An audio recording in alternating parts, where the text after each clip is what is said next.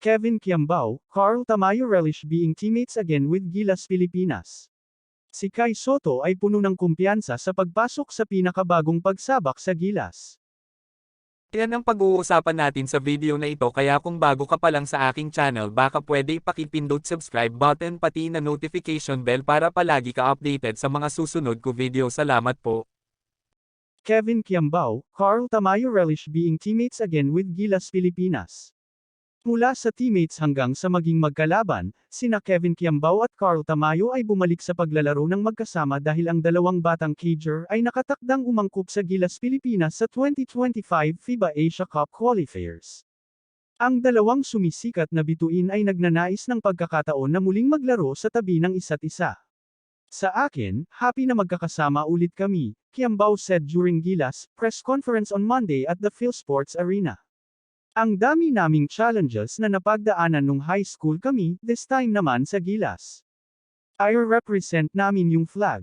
Gagawin lang namin yung best namin para sa team. Para sa akin, masaya ako na magkasama tayo ulit. Marami kaming pagsubok na pinagdaanan noong high school, this time with Gilas.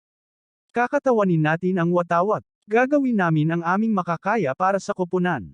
Fans arang panalikop tuldok. Sa 2022 FIBA Asia Cup, nagsama sina Tamayo at Kiambao para sa isang youth-laden na Gilas Pilipinas squad bago sila muling nagsama para sa unang window ng 2023 FIBA World Cup Asian Qualifiers. Excited! Kasi magkalaban kami nung college, ngayon may chance ulit magkakampi, Tamayo said. Noong Kevin, yung chemistry namin as a teammate before, alam namin yung laro ng isa't isa. Masaya na ako na nakasama ko si Kevin for this Gilas stint. Excited! Nakipaglaro kami sa isa't isa noong kolehiyo, ngunit ngayon ay mayroon kaming pagkakataon na maging magkakasama. Noong Kevin, our chemistry as teammates, we already know how the other plays. I'm happy to be with Kevin for this Gilas stint. Ang Gilas Pilipinas, handa-handa na harapin ang national team ng Hong Kong.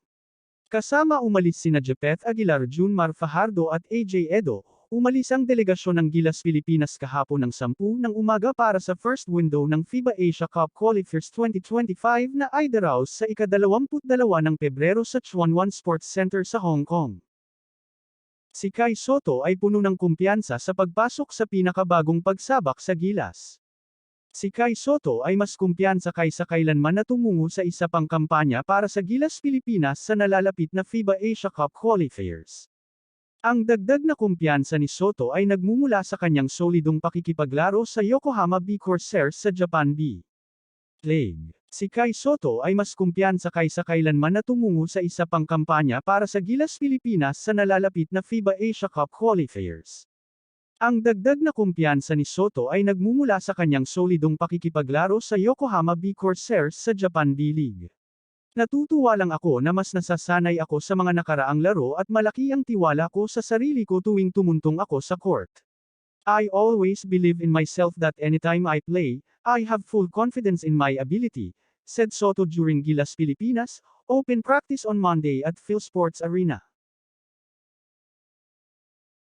Huwag mo kalimutan mag-like and subscribe sa aking channel. Maraming salamat po.